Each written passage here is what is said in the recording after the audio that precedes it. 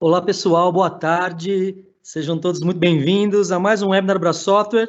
Em nome da Bra Software, dou as boas-vindas a todos. Meu nome é Luiz Fabiano, eu sou responsável pelo Bra Software Academy, que é o nosso programa de capacitação, de caminhos, de trilhas de aprendizagem.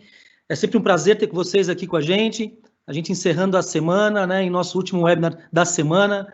O importante é que todos estejam bem, com saúde, e é sempre um prazer contar com vocês aqui.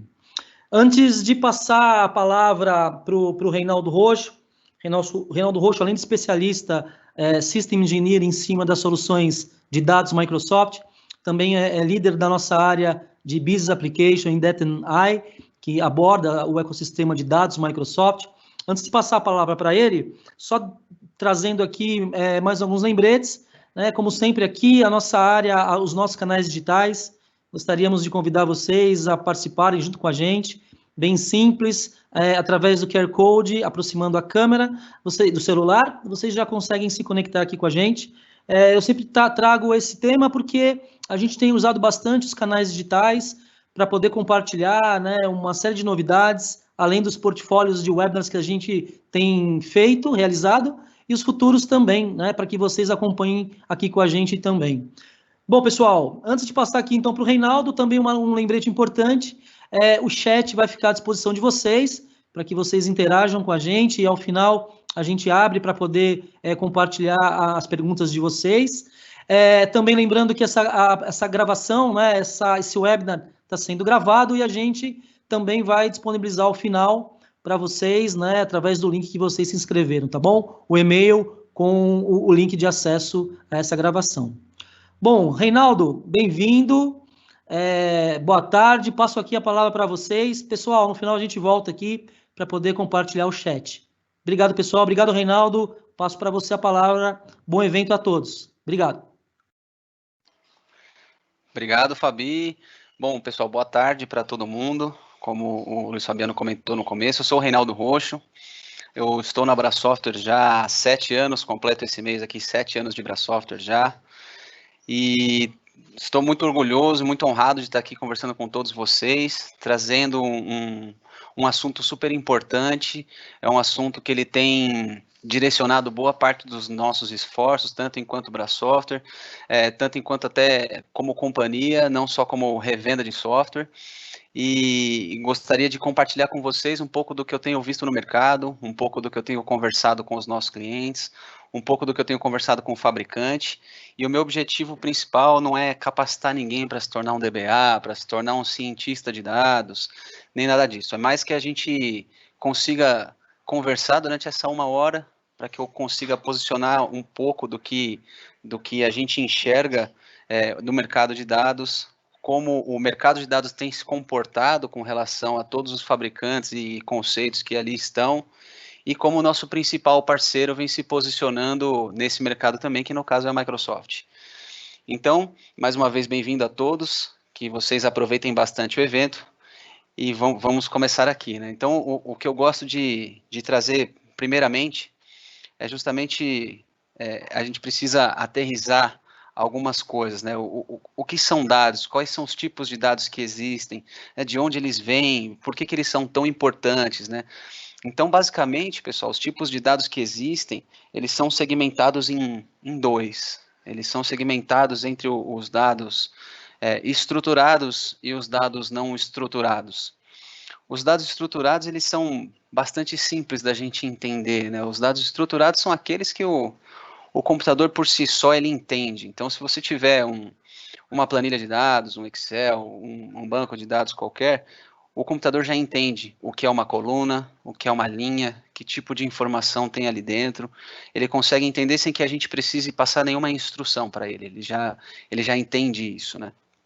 E os dados não estruturados, por sua vez, é aquele tipo de dado que depende da nossa capacidade cognitiva para entender. Basicamente, bater o olho numa foto e saber se, no momento daquela captura, a pessoa estava feliz, ou se a pessoa estava triste, ou para onde que a pessoa estava olhando, a gente consegue interpretar coisas que o computador sozinho não consegue. Então, para a gente, é importante a gente ter bastante claro esse tipo de diferença, e dessa maneira bem simples, bem lúdica da gente entender. Então, para resumir de novo, o não estruturado é aquilo que o nosso olho humano tem condição de interpretar, o nosso ouvido tem capacidade de entender, e o computador não. Enquanto o estruturado é aquilo que o computador entende sozinho, né? E com isso a gente para e pensa o que hoje pode servir de fonte de dados para nós, né? Basicamente, quase qualquer coisa serve de fonte de dados para nós, desde dados de transporte, desde dados de georreferência, dados de cultura, DNA, financeiro, clima, natureza. Qualquer coisa hoje serve como origem desses dados, né? Então a gente passou por boa parte do tempo e da nossa carreira acompanhando pessoas tentando extrair relatórios de inteligência de sistemas de relacionamento com o cliente, por exemplo. Isso é comum, isso é mais tranquilo de se fazer, né? Todo mundo tem algum sistema desse que controla as suas interações com seus clientes. Às vezes não está 100% íntegra a informação que está ali, porque a gente sabe, né? São pessoas que preenchem, mas a gente tem plenas condições de acessar aquela origem de dados e extrair relatórios dela, saber, o pessoal que administra esses dados tem condição de saber quanto vai ocupar de espaço, quanto ele precisa determinar de processamento e tudo isso. Mas e quando a gente passa para uma origem de dados que a gente não controla, por exemplo, e aí não precisa nem ser uma fonte enorme, como por exemplo um Twitter ou qualquer coisa assim. Eu não sei quantos esportes vocês acompanham ou quantos hobbies vocês têm, mas eu tenho alguns hobbies de esporte, então eu pedalo, eu acompanho o futebol e tudo mais, e a gente percebe que dados vêm mudando até como a gente acompanha os nossos esportes, né? Então, se for pensar no futebol, os jogadores hoje usam aquele top que parece estranho num primeiro momento, mas aquele top serve para mostrar aonde eles estavam posicionados, qual a distância que eles percorreram, qual a velocidade média, e tudo isso impacta depois num plano de treino para aquele atleta.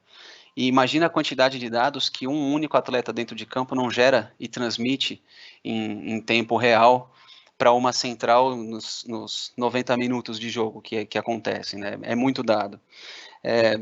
Existe também um campeonato de bicicleta, que é uma corrida, o World Bike Tour, e eu sempre cito muito esse exemplo, porque se você parar para pensar numa bicicleta, que tipo de informação ela pode transmitir a ponto de ser considerado um volume muito grande? Então, nessa corrida, as bicicletas elas passam por trajetos muito inóspitos, como montanhas, como passa em beira de riacho. São vários lugares que, num curto espaço de tempo, que não tem muita coisa mesmo, só a bicicleta passa ali. E durante essa corrida é preciso dar manutenção na bicicleta, é preciso que os fãs acompanhem quem está em primeiro, quem está em segundo, qual a distância, qual foi o tempo de parada e tudo mais. Então eles colocaram dispositivos nessas bicicletas como se fossem GPS, e criaram uma infraestrutura, os organizadores, para que houvessem helicópteros e caminhões, furgões pelo caminho, distribuindo conexão wireless para que esses dispositivos pudessem medir altimetria, velocidade e que a base de dados pudesse fazer cálculos de distanciamento do primeiro para o segundo, do segundo para o terceiro, quanto tempo ficou parado, e transmitir isso para os fãs dos esportes acompanharem em tempo real através da web e assim por diante. Então, hoje basicamente tudo serve de origem de dados, né? E por que os dados eles se tornam cada vez mais importantes, né? A ideia é que os dados eles passem a dar melhores respostas para a gente, né? Porque a gente tome decisões mais embasadas. Então, às vezes não é sim porque sim ou não porque não. É por conta dos experimentos que eu tive no passado, essa ação de marketing que a gente está criando agora não vai funcionar. Porque a gente já fez assim 3, 4 vezes antes e a gente não obteve resultado. Ou se não, a gente está pensando numa ação nova e a gente conseguiu fazer um benchmark no mercado e percebemos que essa ação vai funcionar porque tal pessoa fez, tal empresa fez e funcionou. Evita também que a gente crie tempestade em copo d'água. Então, às vezes a gente pensa na sazonalidade, às vezes a gente pensa numa determinada ação e a gente fica preocupado muito antes do que realmente pode acontecer, e dados vêm com o objetivo principal de reduzir essa ideia de tempestade em copo d'água. Ele para com o jogo de adivinhação também. Então a gente não precisa mais de um guru, ou a gente não precisa mais de uma bola de cristal para tentar ficar adivinhando o que vai acontecer se a gente lançar uma ação X ou uma ação Y. A gente já tem insumos hoje suficiente para conseguir parar com esse jogo de adivinhação e ser mais assertivo no que a gente se propõe a fazer. Dados possibilitam também que a gente sempre mantenha registro de tudo. Então, tudo que a gente faz deve estar catalogado, deve estar inserido em algum tipo de sistema, para que a gente possa conseguir extrair informações disso depois, para continuar com o nosso ciclo de decisões mais acertadas. E isso, com certeza, melhora a vida das pessoas, e não só dos colaboradores, mas de pessoas mesmo. Então, às vezes você está precisando, sei lá, trocar uma mercadoria ou fazer uma compra específica e alguma ação de marketing chega super acertada na sua inbox, ou você recebe uma ligação que você estava pretendendo fazer uma negociação de uma dívida que estava em aberto, a pessoa te liga justamente no momento certo para que você faça essa negociação, ou de repente um lançamento de uma nova vacina, a gente nunca sabe. Então a ideia é que dados são muito importantes.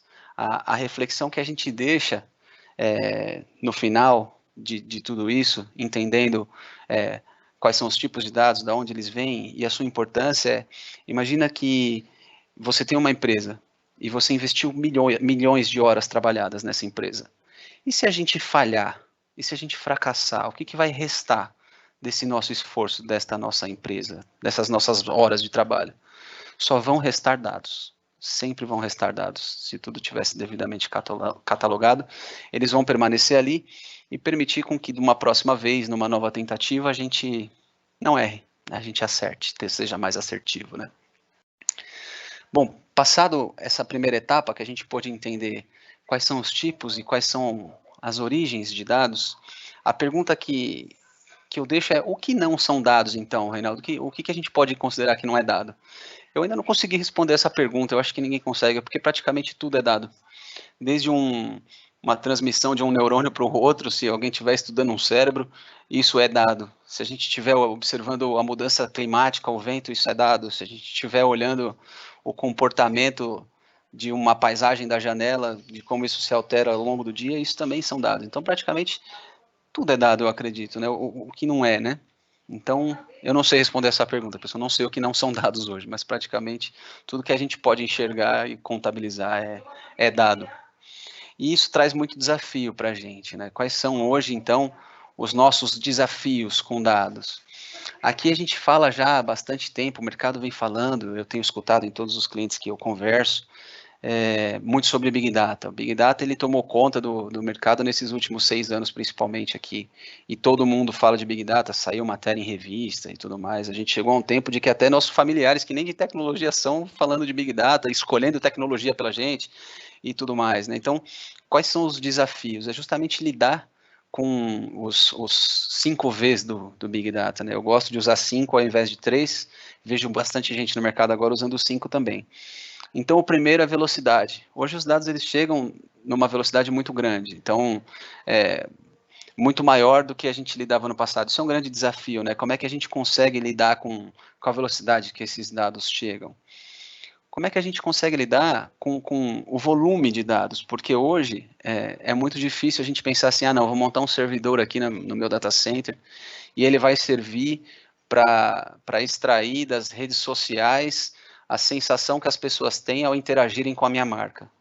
Qual vai ser o tamanho desse servidor que você vai ter aí? Qual vai ser o tamanho do disco que você vai colocar para armazenar todas as interações que as pessoas têm com a sua marca, né? Então, lidar com o volume também é um grande desafio, né? Outro desafio que a gente encontrou e que a gente vem encontrando cada vez mais é com a variedade desses dados também, né?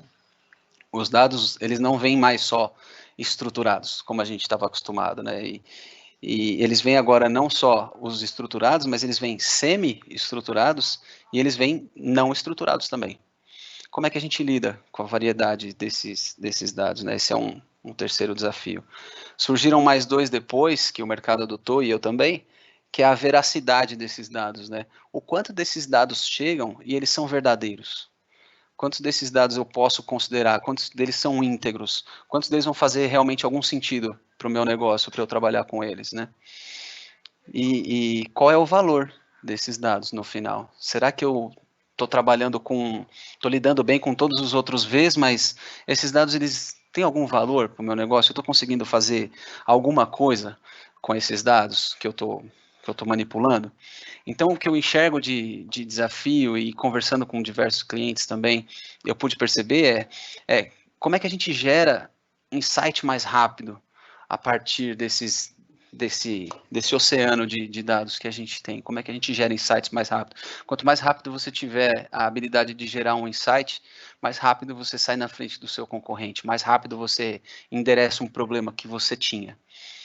Um outro desafio que a gente tem é que são tantas tecnologias no mercado, a gente vai ver um pouco mais para frente, como é que a gente recruta e mantém profissionais para dar sustentação nisso que a gente está montando, né? Eu vejo, às vezes, cliente nosso usando uma tecnologia inovadora ou usando uma tecnologia de nicho específico, e aí ele se vê obrigado a contratar aquele cara que é ninja naquela solução e ele é específico daquilo, ele só trabalha com aquilo, e você fica meio refém desse profissional, né? Você fica refém desse cara, é um cara caro, é um cara que ele é assediado no mercado e é um cara difícil de manter, né? Como é que esse é um desafio, como é que a gente consegue recrutar e manter profissionais para sustentar todo esse ambiente que a gente vem mantendo para dados, né? Dada também essa variedade de ferramentas e soluções que a gente tem, como é que a gente integra não só entre elas, mas como é que a gente integra também com o nosso legado, né, pessoal? Porque o que acontece também é o seguinte, eu não posso sair adotando todas as tecnologias novas e incríveis de nuvem e descartar tudo aquilo que eu levei anos para construir, todo o meu legado. Eu tenho uma riqueza de informação interna que eu não posso simplesmente descartar a partir de agora, né? Eu disse isso no slide anterior, o que vai restar da gente no final são dados.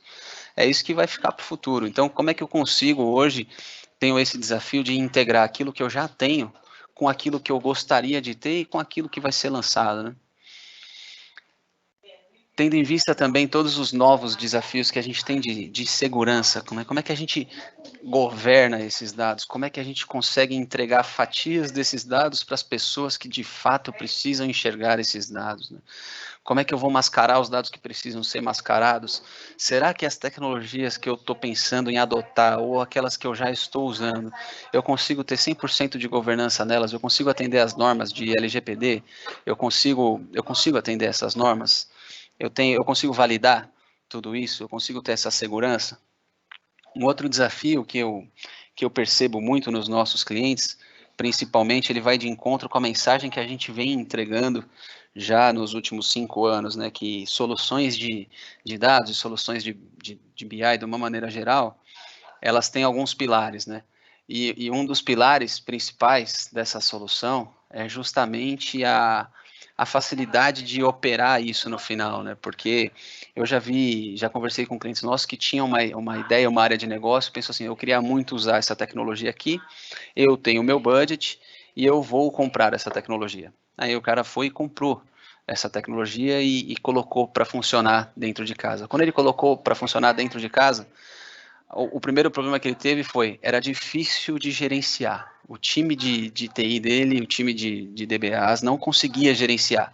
Foi preciso de mais treinamento, foi preciso de contrato de suporte, foi preciso de tudo isso, porque gerenciar a solução que ele escolheu dava muito trabalho.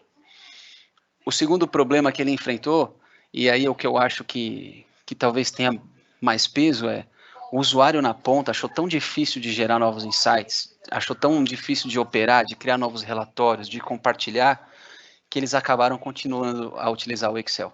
Então o Excel continuava lá conectando no banco, tirava a string de conexão no final, geravam seus relatórios com tabelas dinâmicas e gráficos dinâmicos, e passava-se para frente, encaminhando por e-mail para quem tivesse que receber aquela informação sem governança, sem segurança nenhuma.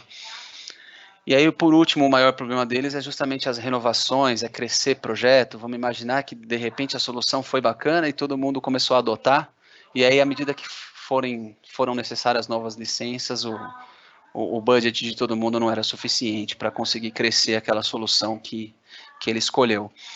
Então, resumidamente, eu enxergo que os principais desafios que a gente tem é velocidade na geração de insights, quem vai dar sustentação nessa solução que a gente escolheu, como é que a gente integra, como é que a gente governa, como isso fica seguro e como é que a gente torna isso de uma maneira mais ampla, de modo que todos os colaboradores da nossa organização, eles passem a utilizar essa tecnologia que a gente concebeu, né? Então, esses são os principais desafios que, conversando com os nossos clientes e observando o mercado, eu pude constatar e trouxe aqui para compartilhar com vocês. Bom, pessoal, avançando para o próximo slide aqui. Eu não sei quem de vocês já se sentiu assim, mas eu no começo me senti.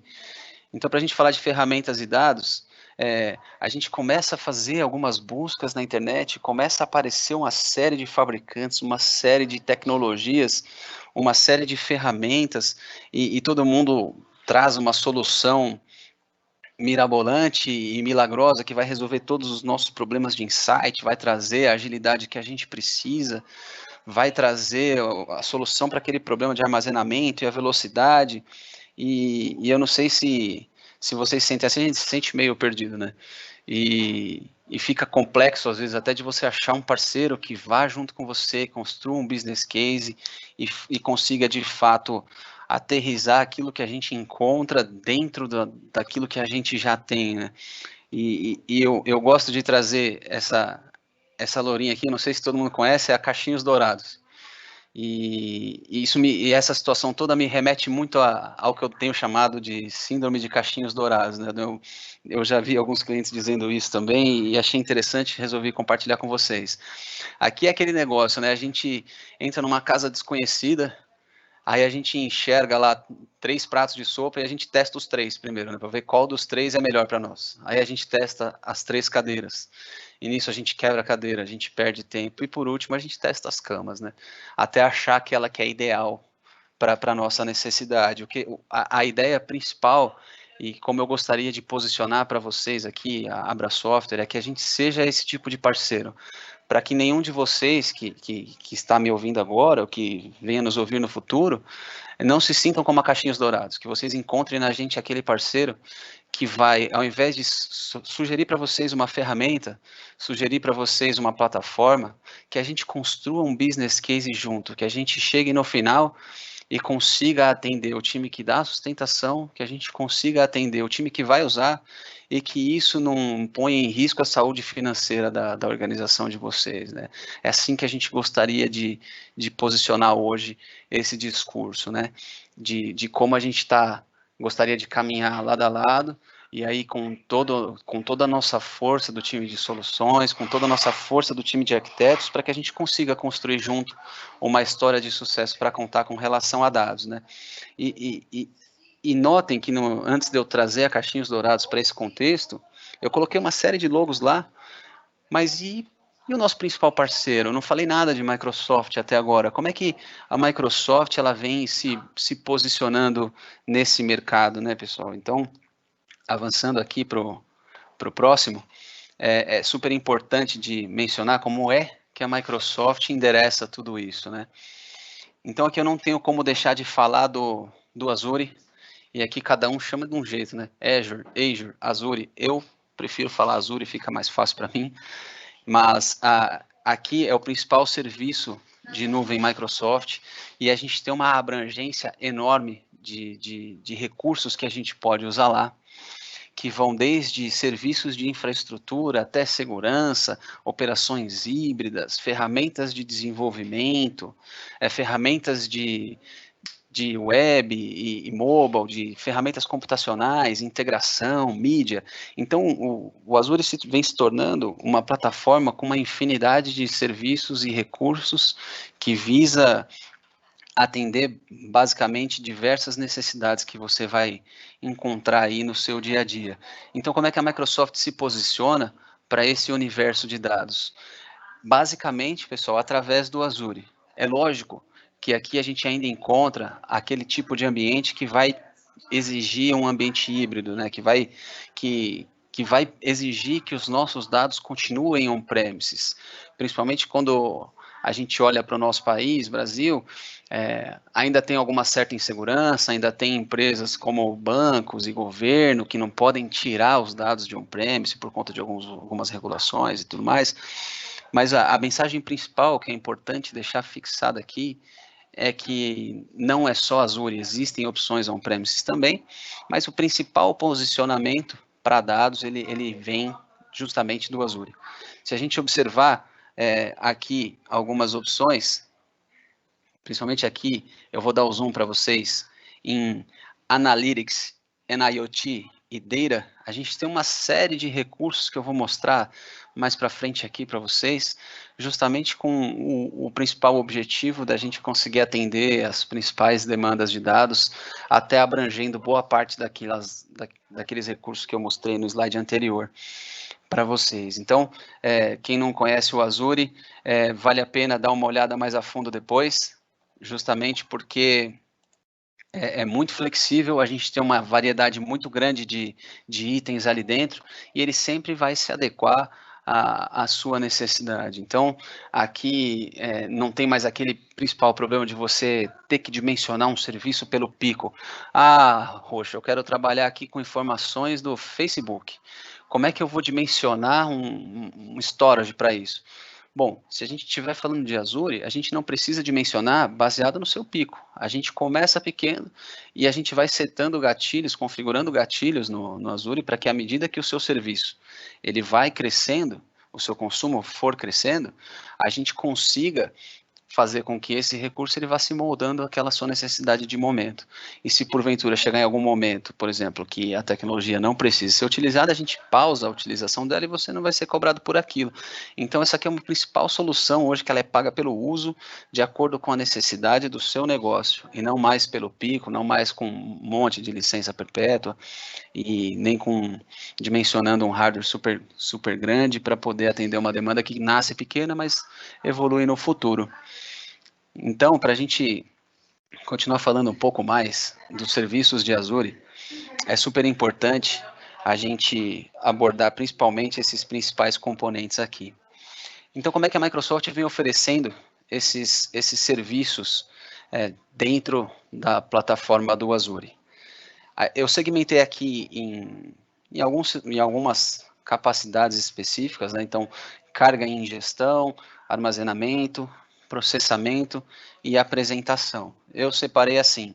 A Microsoft tem mais divisões dentro das documentações, mas eu acredito que assim fique um pouco mais simples da gente conseguir conversar e da gente conseguir apresentar para vocês um pouco desses recursos. Eu propositalmente não coloquei o nome de nenhum deles aqui, mas só às vezes de observar essa logo vai ficar simples. De qualquer maneira, na documentação que chega para vocês depois, e mesmo na gravação do vídeo, vai ficar simples de encontrar mais informações depois. Então, quando a gente pensa em carga e ingestão de dados, a gente tem basicamente 3 opções ali. A primeira, eu vou circular aqui com a caneta, o apontador laser, essa primeira aqui, a gente chama ela de Event Hub.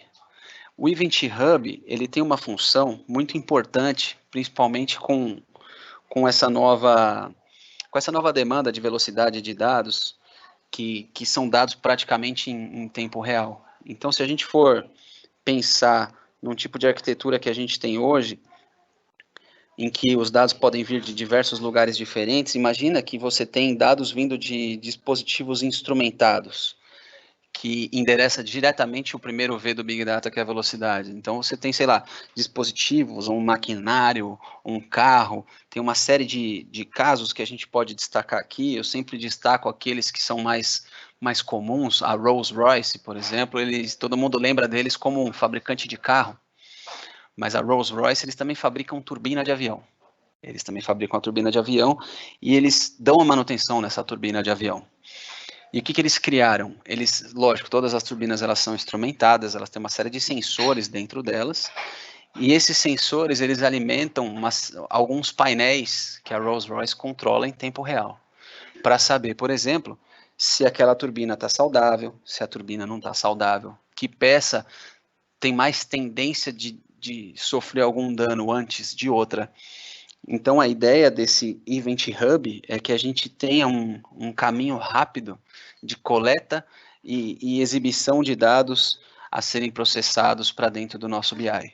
Então, aqui a gente já começa a ter uma breve ideia de quando e como utilizar a solução que está disponível dentro da plataforma Microsoft, né? Então, o Event Hub ele é principalmente focado para esse tipo de demanda, para demandas que elas vêm rápido, de dispositivos, de sensores. É um dado mais quente, por assim dizer. Essa segunda opção, aqui embaixo, no meio, ela é o Analysis Service. O Analysis Service não, pessoal, desculpa, Integration Services. SQL Server Integration Services. E a ideia do Integration Services, aqui a gente talvez já começa até a pensar num ambiente mais híbrido, em que, de repente, eu não estou com uma predisposição ainda de trabalhar com essa camada de carga e ingestão na nuvem. Eu quero pegar o meu Integration Services on-premises, a minha VM, e eu quero usá-lo para fazer a carga e a transformação dos dados que eu tenho on-premises para dentro de uma outra plataforma de armazenamento, né? E logo abaixo eu tenho o Data Factory. O Data Factory ele nasceu primeiro no Azure e ele faz basicamente a mesma função do Integration Services, com a diferença de que ele é 100% online. E no Data Factory você tem duas opções. Ou a gente trabalha com uma VM de Integration Services diretamente no Azure, ou a gente trabalha de uma maneira que você paga por job que você executa, por trabalho. Então eu precisei fazer, sei lá, uma extração, uma transformação e uma carga, eu pago 3 trabalhos. E aí eu não preciso ficar pagando por uma VM num data center que vai ficar rodando o tempo todo. E esses dois recursos, eles servem principalmente para que 3 tipos de dados aqui, né? Tanto o Integration Service quanto o Data Factory. Ele serve para aquele dado que ele está semi-estruturado, ele serve para aquele dado que está não estruturado, e ele serve para uma base de dados relacional normal.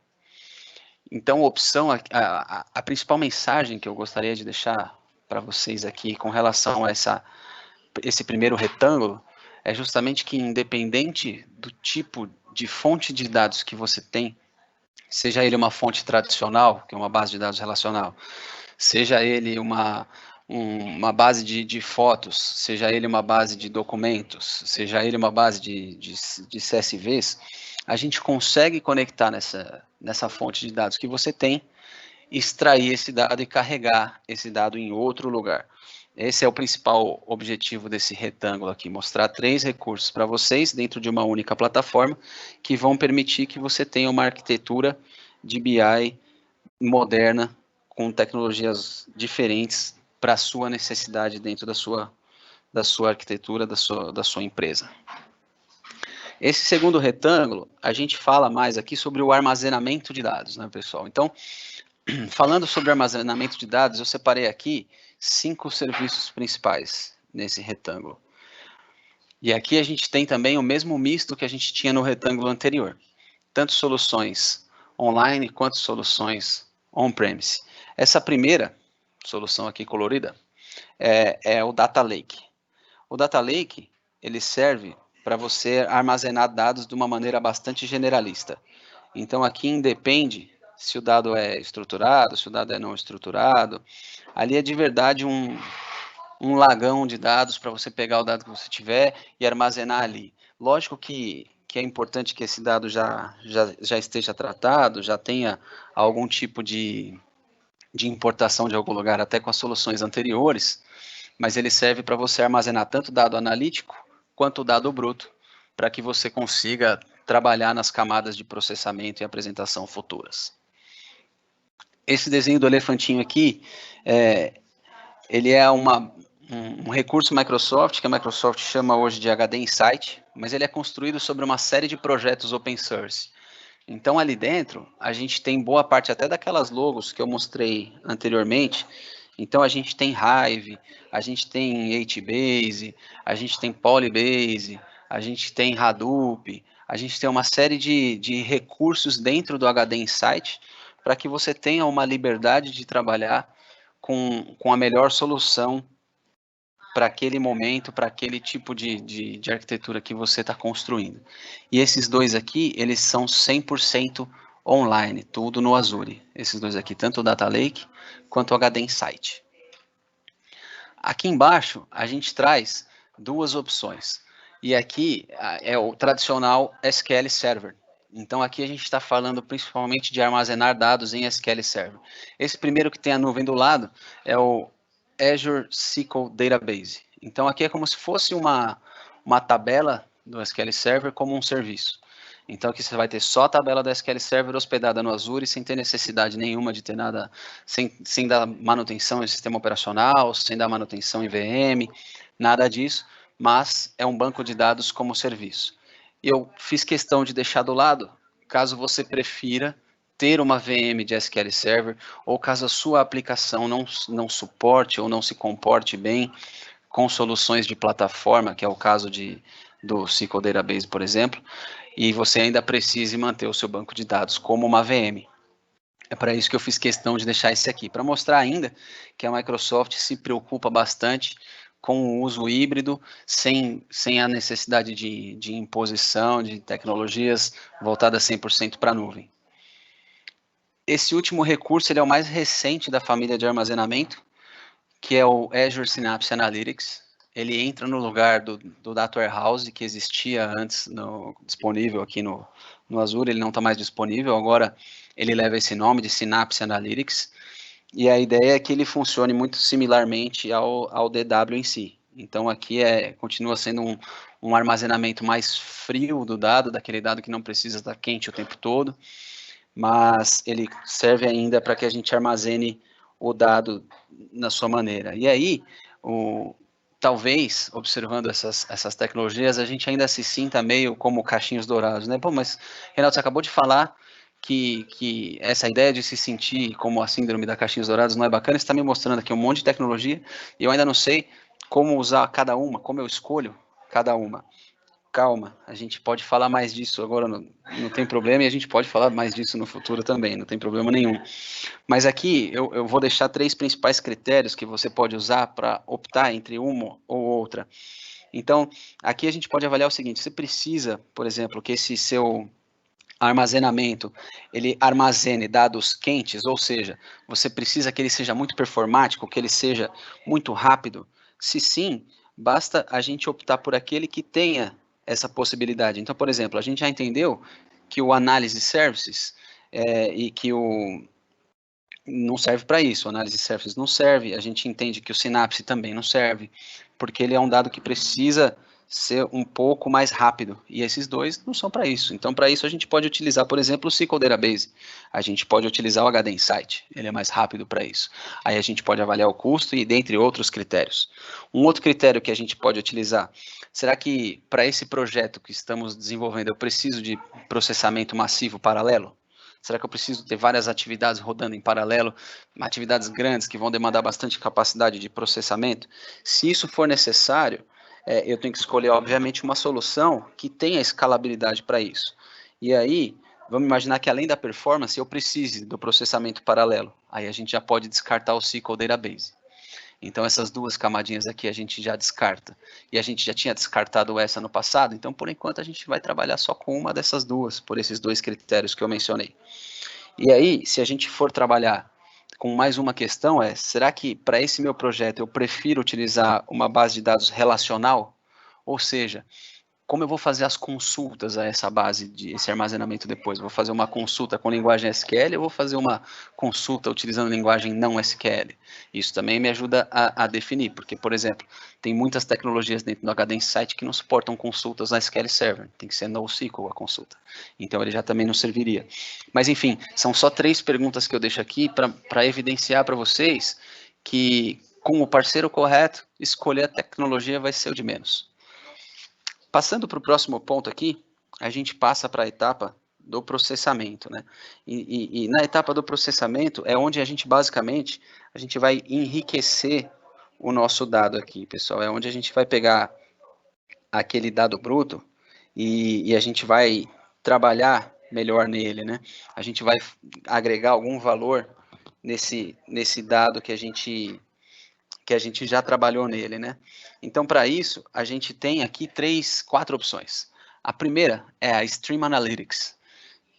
Essa Stream Analytics também é 100% online, e a ideia do Stream Analytics é justamente que a gente possa trabalhar e processar aqueles dados que vieram de tempo real. Então, voltando no exemplo aqui do primeira ingestão, se eu tenho um dispositivo, e esse dispositivo está instrumentado, está com uma série de sensores e está passando a informação em tempo real, esse dado ele vai passar essencialmente pelo Stream Analytics, para que ele seja processado, para que ele deixe de ser bruto, para que eu aplique nele algum tipo de tratamento, vai ser justamente aqui no Stream Analytics.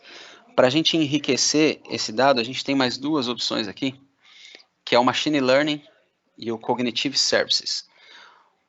Eles não são 100% híbridos. Por exemplo, o Cognitive Services é 100% online, mas o Machine Learning, a gente tem opções dele on-premises, né? Então, se você tiver que colocar algo de aprendizado de máquina para funcionar on-premises, a gente tem como ter um servidor, sim, de linguagem R ou de Python implementado dentro de casa, sem a necessidade de usar Azure, se assim precisar. Então, aqui ele é flexível. No que tange a Cognitive Services, não. No terceiro ponto aqui, a gente tem o Databricks. O Databricks, ele é uma solução 100% online.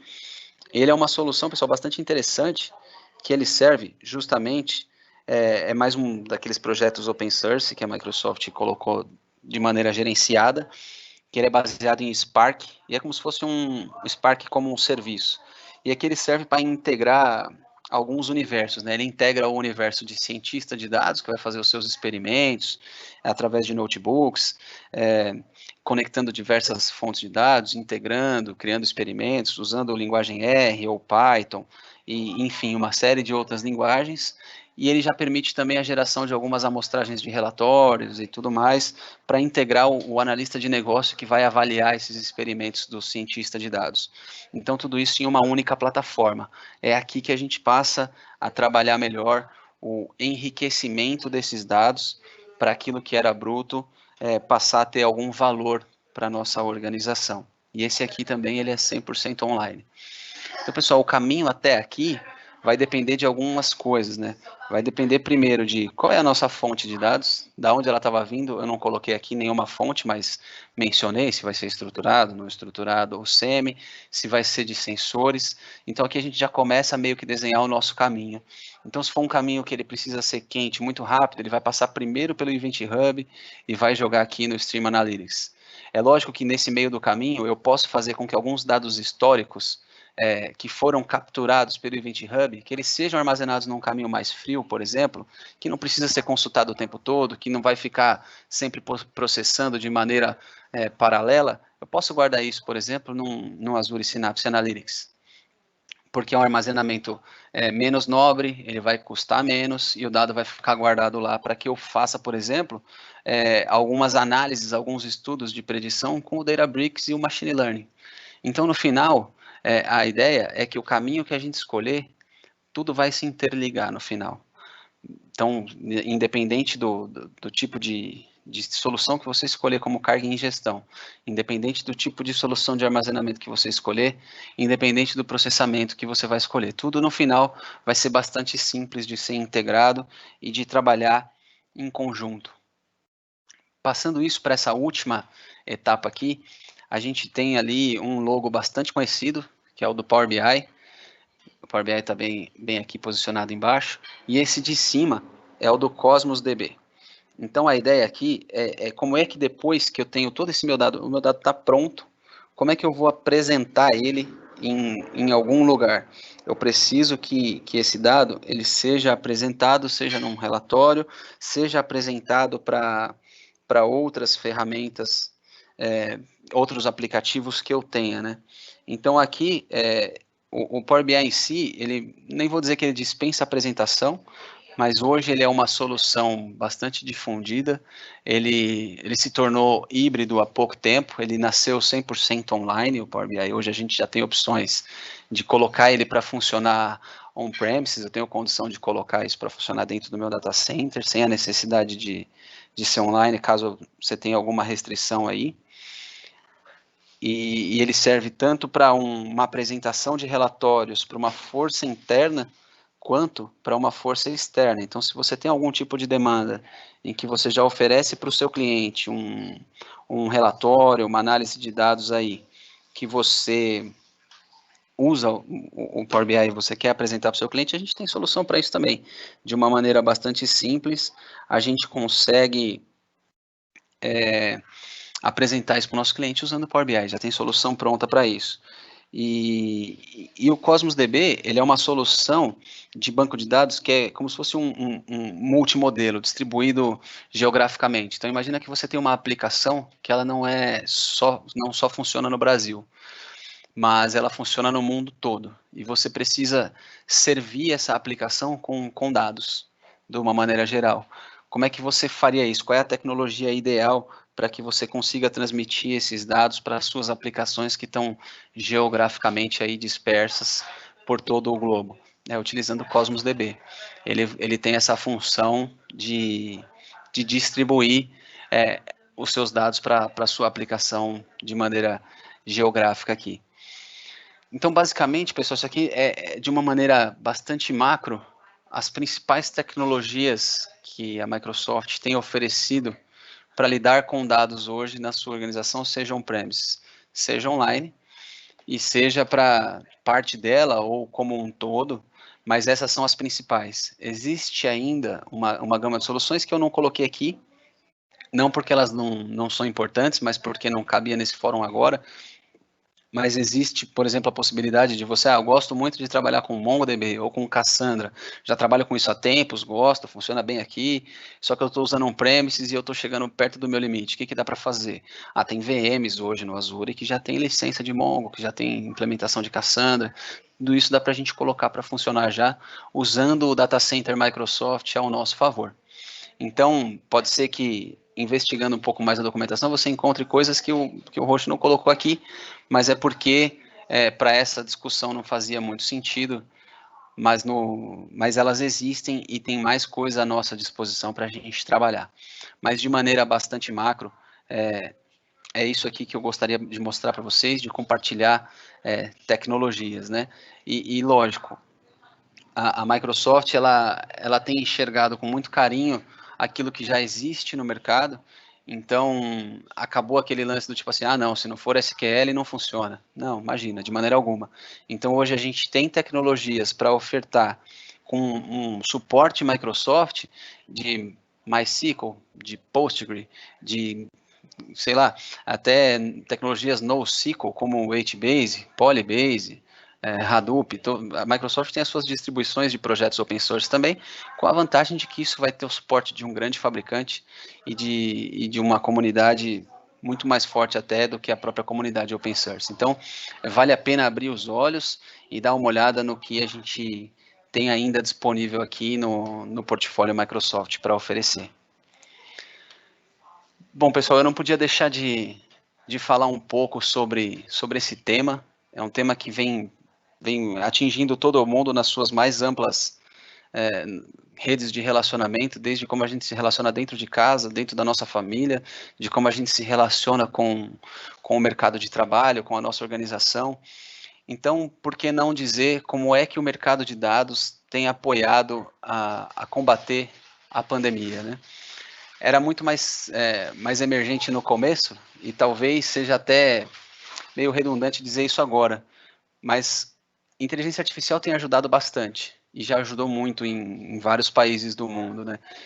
Então, se a gente for pegar a China no começo, ela usou muito inteligência artificial para apoiar no combate.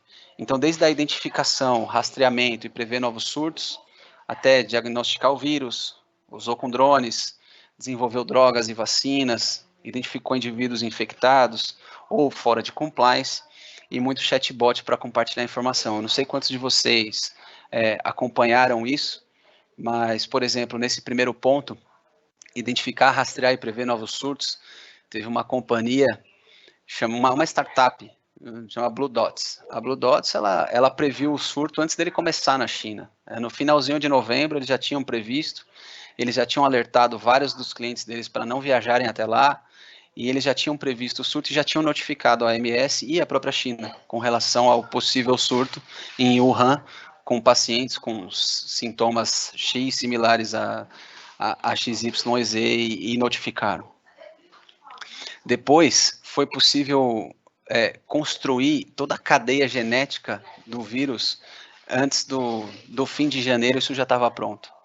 Então, a inteligência artificial apoiou muito no diagnóstico do próprio vírus, construindo o DNA dele em menos de 35 dias. Isso já estava pronto. Isso levava muito tempo antes.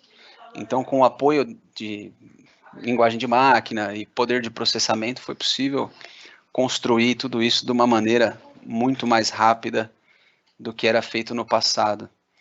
E principalmente, depois, identificar as pessoas que tinham sido contaminadas, né?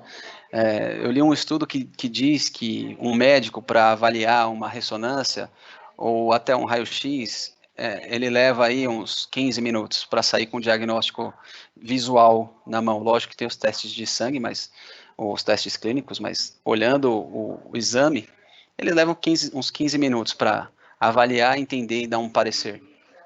Com o aprendizado de máquina, é possível fazer o mesmo diagnóstico visual com 8 segundos. Então, a imagem ficou pronta, em 8 segundos já é possível dizer se é um possível COVID ou não, baseado ainda em serviços cognitivos e aprendizado de máquina.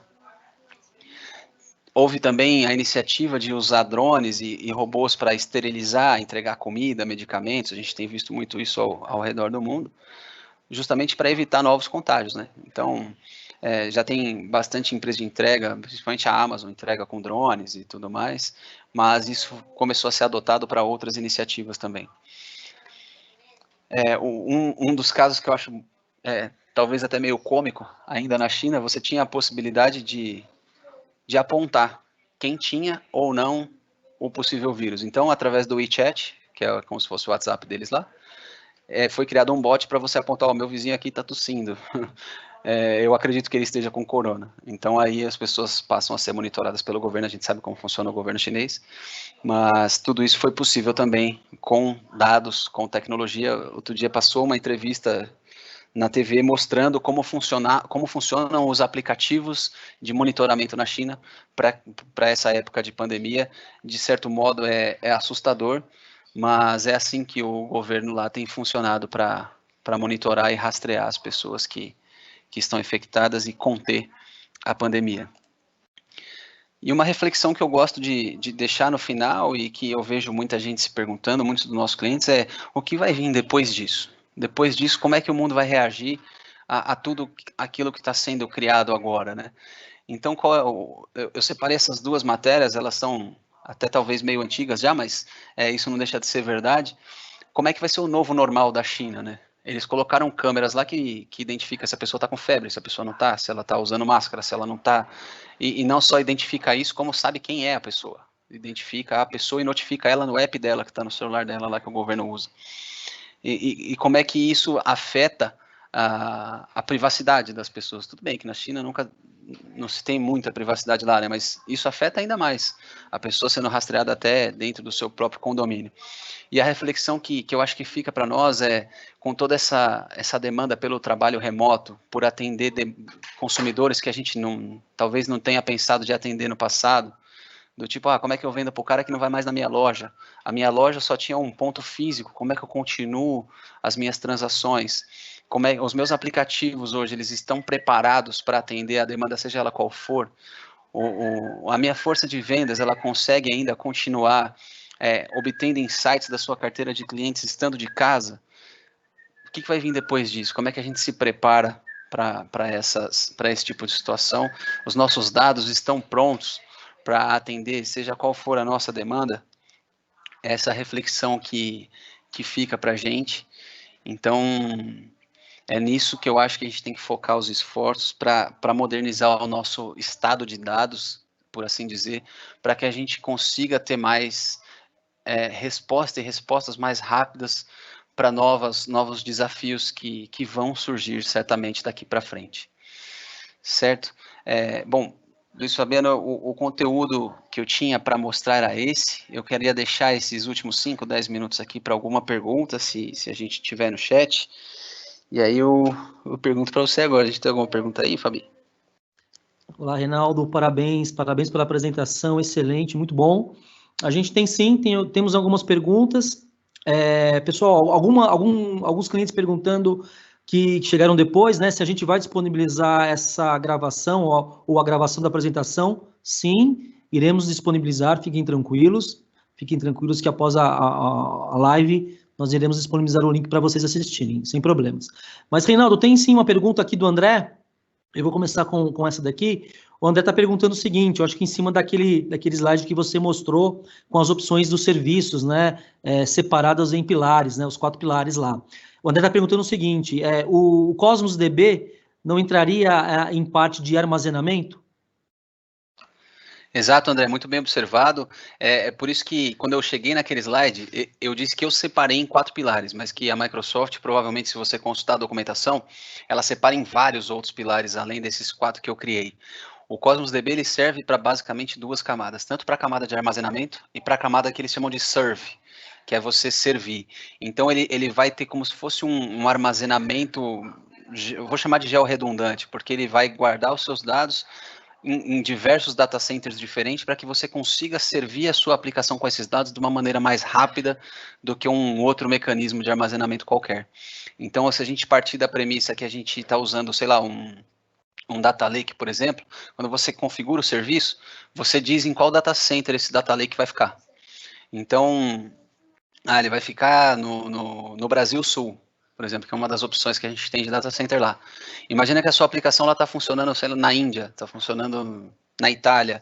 O tempo de latência que você tem, talvez, para servir esse dado, se a sua aplicação ela for muito dinâmica, você perde bastante com o Data Lake. Já com o Cosmos, não.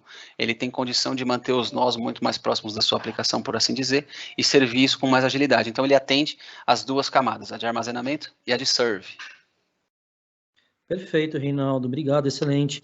Tem mais uma pergunta aqui do Aguinaldo, eu acho que também muito embasada naquela, talvez, indecisão, né? Então, o Aguinaldo pergunta o seguinte: como escolher a melhor opção para armazenamento de dados? É muito boa pergunta também, Aguinaldo. Eu comentei um pouquinho sobre ela no momento daquele slide também. Tem algumas perguntas que a gente precisa responder antes de fazer essa opção do armazenamento, porque por mais que o armazenamento ele seja mais antigo, né? Uma coisa que a gente faz há muito tempo já, é mais trivial, é mais comum. O tipo de armazenamento que você vai escolher vai fazer toda a diferença no sucesso do seu projeto. Então, algumas perguntas elas são muito importantes. Então, você precisa disso em tempo real? Você precisa disso com processamento paralelo? Que tipo de query você vai fazer nesse dado? É uma query SQL? É uma query que ela é não SQL?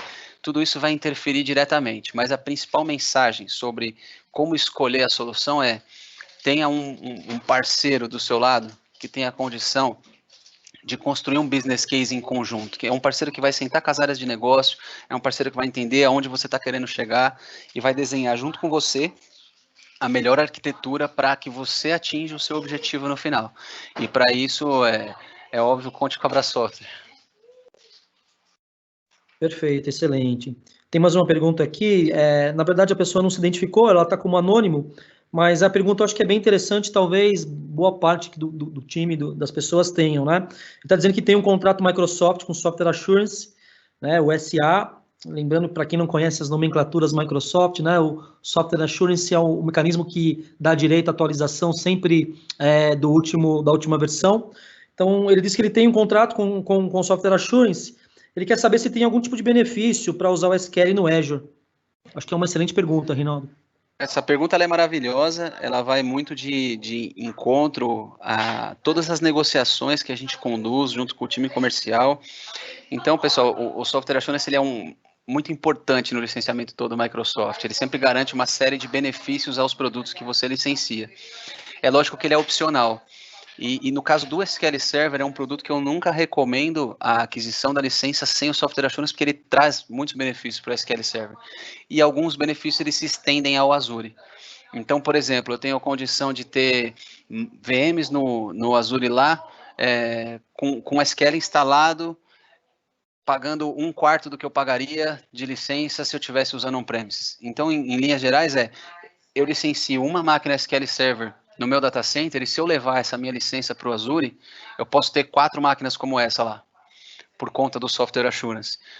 Tenho opções de trabalhar com Big Data Clusters, que é uma tecnologia nova que a Microsoft lançou no SQL 19, também basicamente do mesmo jeito. Cada core que eu licencio on-premises, eu ganho 4 de Big Data Clusters no Azure. Então, você tem muita vantagem, vale a pena fazer um estudo aprofundado naquilo que você tem e onde você quer chegar, para que a gente consiga fechar uma conta adequada para o seu negócio. Mas você tem diversos benefícios, sim, com o Software Assurance ativo na tua licença para consumir no Azure. Perfeito, Reinaldo, excelente. Para a gente não estourar o tempo aqui, já chega no finalzinho, mas eu queria fazer só mais uma pergunta, até para a gente encerrar. que eu acho que também é importante. O Ricardo Souza pergunta, obrigado, Ricardo, pela pergunta. Está dizendo o seguinte, o Power BI ele vem embarcado no SQL Server 2019 com Software Assurance? Acho que já vem duas perguntas em uma só, né? Se nessa versão 2019 a gente tem o Power BI embarcado. Puxa, Ricardo, perfeita pergunta também. É uma pergunta que eu recebo muito, seja por e-mail ou em cada conversa que eu tenho com o cliente. Mas sim, como eu disse também naquele slide em que eu mostrei as tecnologias, o Power BI ele se tornou híbrido e você tem possibilidade de ter um servidor de Power BI hoje aí no seu data center, na sua casa. O pré-requisito para que você tenha esse servidor é justamente o Software Assurance no SQL Server Enterprise. Então, não só está incluso, como só está incluso aí. Então, a única possibilidade de você poder ter o servidor on-premise aí na sua casa, não vou dizer única porque são duas, né? Mas o Software Assurance é um desses caminhos no seu SQL Enterprise, ele permite um servidor de Power BI aí dentro do seu ambiente controlado. Perfeito, Reinaldo. Então, com isso, a gente, mais uma vez, parabéns pela apresentação. Deu para poder explanar muito bem, né? Big Trend de dados. Hoje, dados tem sido um dos principais fenômenos dentro do processo de transformação digital. Eu acho que a gente encerra por aqui, então. Agradeço mais uma vez o Reinaldo, agradeço mais uma vez a todos.